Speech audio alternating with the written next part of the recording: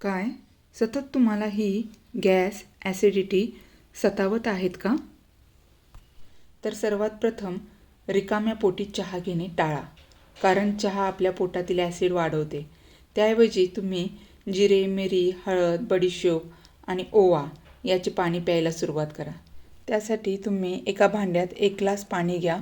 त्यामध्ये 7-8 मिरी टाका, थोडी हळद टाका.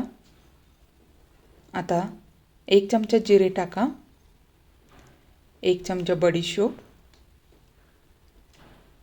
पाव चमचा ओवा. आता गॅसवर ठेवून 10 मिनिटे उकळा. उकळून घेऊन ते एका ग्लासमध्ये गाळून घ्या आणि घोट घोट करून आरामात प्या.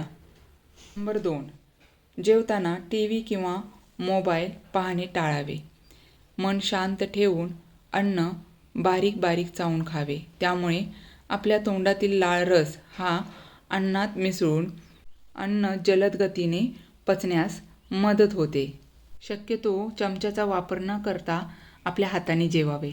नंबर 3, जेवण झाल्या लगेच तुम्ही बेडवर आडवे होऊ नका. तर पोटातील सर्व भागांमध्ये ब्लड सर्क्युलेशन चांगले होण्यासाठी या पद्धतीने 5 मिनिटे वज्रासनमध्ये बसा आणि जेवणापूर्वी 30 मिनिटे व जेवणानंतर 1 तासाने पाणी प्या. ज्यामुळे जास्तीचे अन्न खाल्ले जाणार नाही व अन्नातील पोषक तत्वे योग्यरित्या शोषले जातील. तुमची पचनसंस्था व्यवस्थित नाही, त्यामुळे तुम्ही कच्च्या भाज्या व जास्त प्रोटीनयुक्त पदार्थ घेऊ नका. हलके अन्न घ्या. फळं आरोग्यासाठी चांगली आहेत, पण रात्री आपला जठराग्नी म्हणजेच पचनक्रिया मंद असते. त्यामुळे फळं रात्री न घेता दिवसा दुपारी 12 वाजण्याच्या दरम्यान खावे.